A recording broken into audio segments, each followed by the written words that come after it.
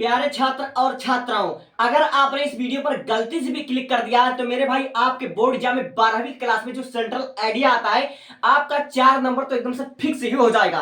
मेरे भाई मैं आपको इस वीडियो में 3 सेंट्रल आइडिया करवाऊंगा और ऐसा करवाऊंगा कि शायद आपने ऐसा पढ़ा ना होगा।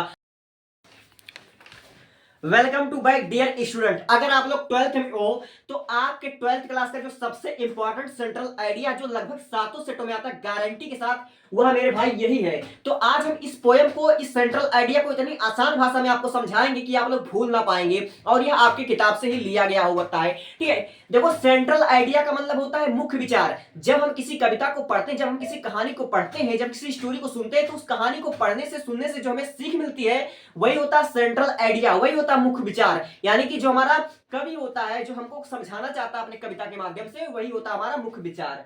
अब देखो, अगर आपके बोर्ड एग्जाम में आ जाए जो कि 40 वर्डों में आपको लिखना होता है, 4 नंबर का सेंट्रल आइडिया होता है, तो आप लोग कैसे लिखोगे? एकदम बेहतरीन ढंग से पढ़ाऊंगा।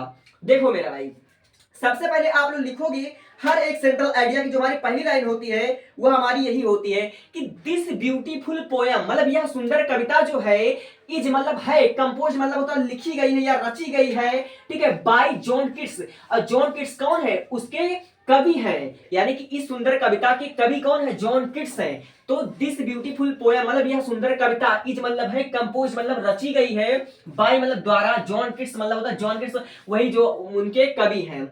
यह सुंदर कविता जॉन किट्स द्वारा रची गई है या लिखी गई है। अब देखिए अगला लाइन, आप थिंक ऑफ ब्यूटी मतलब एक सुंदर सी दिखने वाली वस्तु या एक सुंदर वस्तु, इज मतलब है, आ मतलब एक, सोर्स मतलब होता है स्रोत है, ऑफ मतलब का, कांस्टेंट मतलब होता है अस्थाई, जो कभी ना खत्म होने वाली हो, ठीक है, जॉय मतलब होता है आनंद। मतलब एक सुंदर सी वस्तु, ठीक है, एक सुंदर सी दिखने वाली वस्तु जो होती है वह अस्थाई आनंद का एक स्रोत होता है। ठीक है, अब देखो, ब्यूटी मतलब होता है सुंदरता, कैन बी फाउंड मतलब पाई जा सकती है, सकती है, कैन बी मतलब होता है सकती है, फाउंड मतलब होता है पाया जा सकता है या प्राप्त किया जाता है। यानी कि सुंदरता पाई जा सकती है एवरीवेयर, मतलब हर जगह, सुंदरता हर जगह पाई जा सकती है। और यह इट है, ठीक है, इट इज समथिंग मतलब यह ऐसा है, दैट मतलब कि यह ऐसा है कि, हैज द एबिलिटी मतलब जिसके पास क्षमता है, टू ट्रांसफॉर्म, ट्रांसफॉर्म मतलब होता है बदल देना या परिवर्तन कर देना, लाइफ मतलब होता है जीवन को, मतलब यह ऐसा होता है कि आपके जीवन को बदलने की क्षमता रखता है। ठीक है, यह सुंदरता ऐसी चीज है जो आपके जीवन को बदलने तक की क्षमता रखता है।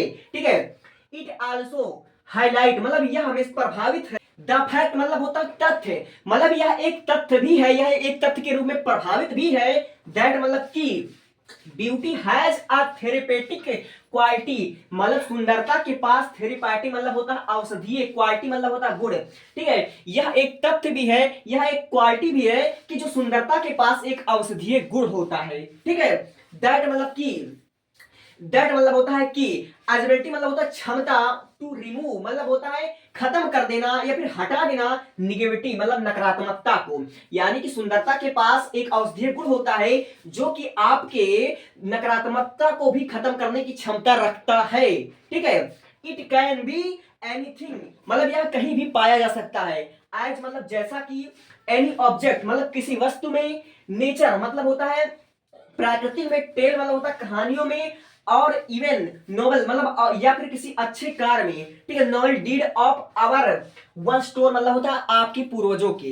ठीक है, यानी कि सुंदरता कहीं भी पाई जा सकती है, चाहे किसी वस्तु में पाओ, चाहे प्रकृति में पाओ, चाहे किसी कहानी से, या फिर आपके पूर्वजों के द्वारा कही गई कोई अच्छी कार हो। ठीक है, तो आप लोगों को मैं एक बार और समझा देता हूं और आपको एक एक वर्ड मीनिंग सही समझाऊंगा तो आपके दिमाग में बैठ जाएगा और यहां तक कि आपको याद हुई हो जाएगा।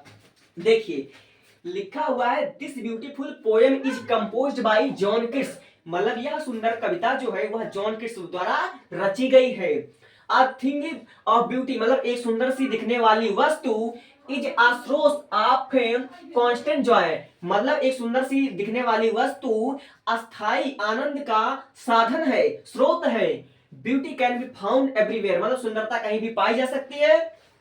इट इज ए समथिंग मतलब यह कुछ ऐसा है, दैट मतलब कि, हैज द एलिजिबिलिटी मतलब इसके पास ऐसा क्षमता है, टू ट्रांसफॉर्म लिव्स जो जीवन को भी बदल सकता है।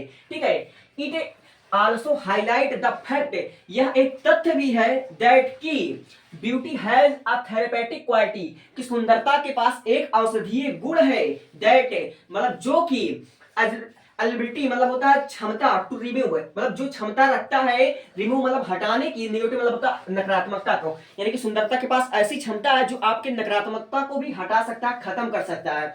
इट कैन बी एनीथिंग, या किसी भी वस्तु में देखा जा सकता है, कहीं भी पाया जा सकता है।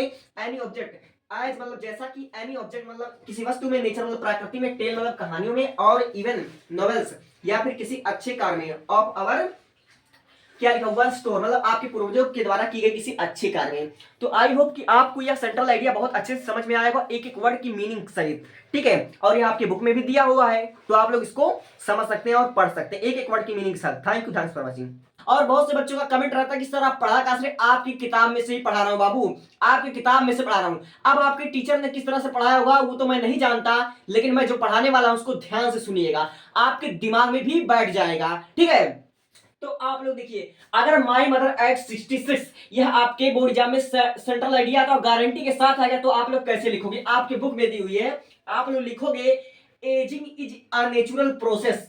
एजिंग मतलब होता है अवस्था या फिर उम्र, ठीक है। लिखा एजिंग यानी कि अवस्था का बीतना या उम्र का बीतना, इज अ नेचुरल प्रोसेस यानी कि एक प्राकृतिक प्रक्रिया है, इन द ह्यूमन लाइफ यानी कि मानव जीवन के, एंड एनिमल्स मतलब पशुओं के, यानी कि उम्र का बीतना या अवस्था का बीतना मानव के जीवनों में और पशुओं के जीवन में मतलब एक प्राकृतिक प्रक्रिया है, ठीक है। तो आप लोग पहले लाइन का वर्ड समझ, पहले लाइन का मीनिंग समझ गए होंगे, ठीक है। अब देखो, माई मदर एट 66 यानी कि मेरी माता जी 66 वर्ष की, इज मतलब होता है बेस्ट मतलब आधारित, ऑन द मतलब इस, और थीम मतलब होता है विषय पर, ठीक है। On the base, on the theme मतलब इस विषय पर, ऑफ मतलब की, माई मदर एट 66 मेरी माता जी 66 वर्ष की, इज बेस्ड मतलब आधारित है, ऑन द थीम ऑफ माने इस विषय पर की, थीम मतलब होता है विषय, ठीक है। एडवांसिंग एज, एडवांसिंग मतलब होता है हद से ज्यादा उम्र, यानी कि बीतता हुआ उम्र, उम्र का बढ़ना, एडवांसिंग एज मतलब होता है उम्र का बढ़ना। And the fear of loss यानी कि खोने का डर, अपनों के खोने का डर। एंड सेपरेशन मतलब होता है अलगाव, ठीक है। एसोसिएट विथ इट मतलब अलगाव से जुड़े हुए विषय पर आधारित है, यानी कि my mother eight 66 is based on the theme of advancing as and the fear of loss and separation associate with it, यानी कि मेरी माताजी 66 वर्ष की इस विषय पर आधारित है कि बढ़ती हुई उम्र, अपनों को खोने का डर, ठीक है। सेपरेशन मतलब होता है अलगाव, एसोसिएट मतलब होता है अलगाव से जुड़े हुए बातों पर आधारित है, ठीक है। अब देखो, द पोएटिस्ट मतलब होता है कवित्री, कवित्री कौन है, कमला दास है इसकी कवित्री, इस बात को आप लोग ध्यान देखिए। द पोएटिस्ट मतलब होता है कवित्री, अंडरगोज मतलब जूझ रही है या फिर सामना कर रही है या इस हालत से गुजर रही है, ठीक है। अब पिलोथोरा, पिलोथोरा मतलब होता है प्रचुरता, यानी किसी भी चीज के मतलब अधिक मात्रा में, ठीक है। आप लोग कह सकते हो भावनाओं के बाउंडर में, पिलोथोरा मतलब होता है प्रचुरता, और ऑफ इमोशन, इमोशन मतलब होता है भावना, ठीक है। अपिलोथोरा मतलब होता है भावनाओं के बवंडर में, यानी कि the poetess undergoes a plethora of emotion, यानी कि कवित्री भावनाओं के बवंडर में जूझ रही है या फिर भावनाओं में फंसी हुई है। वेन मतलब जब, सी सीज, सी मतलब हुआ, सीज मतलब होता है देखना, ठीक है। हर मदर एजिंग जब वो अपनी माता जी की बढ़ती हुई उम्र को देखती है, and feel the pain of separation और बिछड़ने के दर्द को महसूस करती है। सेपरेशन मतलब होता है अलगाव या फिर बिछड़ाव, ठीक है। जब वो अपनी माता जी की बढ़ती हुई उम्र को देखती हैं और महसूस करती हैं अलगाव के दर्द को या फिर बिछड़ने के दर्द को महसूस करती हैं, एट द थॉट मतलब इस विषय पर सोचती हैं, ऑफ लूजिंग हर उनको खोने के विषय पर सोचती हैं। जब वह अपनी माता जी की बढ़ती हुई उम्र को देखती हैं, उनसे बिछड़ने के दर्द को वह महसूस करती हैं, उनको खोने के बारे में जब वह सोचती हैं, ठीक है। देखो, सी आल्सो माने वह हमेशा, विशेष मतलब होता है कल्पना करती है या फिर इच्छा करती हैं, फॉर द ब्यूटी मतलब सुंदरता के लिए, of youth of her mother वह अपनी माता जी की पहले की सुंदरता की कामना करती है कि काश मेरी माता जी जैसे जवानी में थी, जैसे मतलब प्रारंभिक एज जैसा उनका था, जैसे उनकी सुंदरता थी आज भी ऐसी बनी रहती तो कितना अच्छा होता, ठीक है। तो हमने आपको एक बार तो समझा दे, एक बार और अच्छे से समझाते हैं। अगर आपके बोर्ड एग्जाम में आज जो कि 4 नंबर का होता है, 50-60 वर्ड को आपको लिखना होता है, 40 वर्ड आपको सेंट्रल आइडिया लिखना होता है। अगर आपके बोर्ड एग्जाम में आ जाए तो आप लोग इसमें एक लाइन बढ़ा सकते हो, लिख सकते हो the beautiful poem is composed bye कौन सा है इसका, कमला दास। ठीक है, यानी कि यह सुंदर कविता जो है वह कमला दास द्वारा लिखी गई है। ठीक, एक लाइन बढ़ा सकते हो। तो इस मतलब कहानी को एक बार मैं आपसे रिपीट कर देता हूं। देखो, एजिंग मतलब होता है बढ़ती हुई उम्र। ठीक है, इज मतलब है आप मतलब एक नेचुरल मतलब होता है प्राकृतिक प्रोसेस, मतलब होता है प्रक्रिया इन द ह्यूमन लाइफ, यानी कि मानव के जीवन में, ऑफ एनिमल्स माने जानवरों की, यानी कि बढ़ती हुई उम्र या उम्र का बीतना मानव और जानवरों में, मानव और जानवरों के जीवन में एक प्राकृतिक प्रक्रिया है। My mother eight 66 is based on the theme of advancing as, यानी कि मेरी माता 66 वर्ष की इसी विषय पर आधारित है कि, ठीक है, एडवांसिंग एज मतलब बढ़ती हुई उम्र, एंड मतलब और द फियर ऑफ लॉस माने खोने का डर, अपने अपनों को खोने का डर, अपनों को खोने का डर, एंड मतलब और सेपरेशन एसोसिएट विथ इट, यानी कि अलगाव जैसे विषयों पर जुड़ा हुआ है, मतलब आधारित है। ठीक है, अब देख मेरे भाई,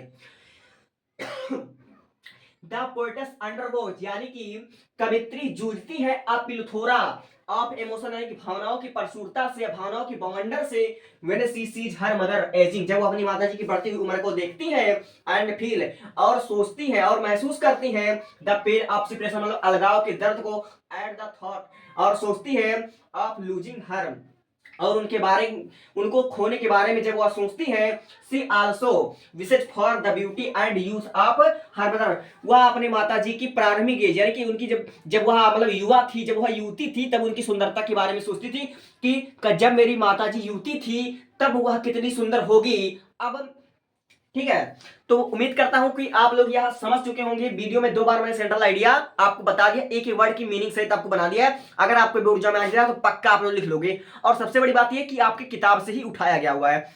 और इसकी इंपॉर्टेंट को आप लोग समझ सकते हो, 2022 में आपका 5 सेट में, 2023 में 6 सेट में, 2024 में 7 सेट में, 2025 में आपका 8वां सेट में, 7 सेट में आ चुका है। ठीक है, तबीयत अच्छी नहीं है लेकिन वीडियो आपका रेगुलर अपलोड हो रहा है। मैंने इससे पहले केमिस्ट्री की क्लास मैंने बहुत अच्छे से केमिस्ट्री में आपका समझ लीजिए कि हेलो एरिन का जो आपका इंपॉर्टेंट अभिक्रिया था सब हमने करा दिया है, और कैसे प्राप्त करें सब कुछ मैंने करा दिया, चेक कर लीजिएगा। Subscribe me, thank you.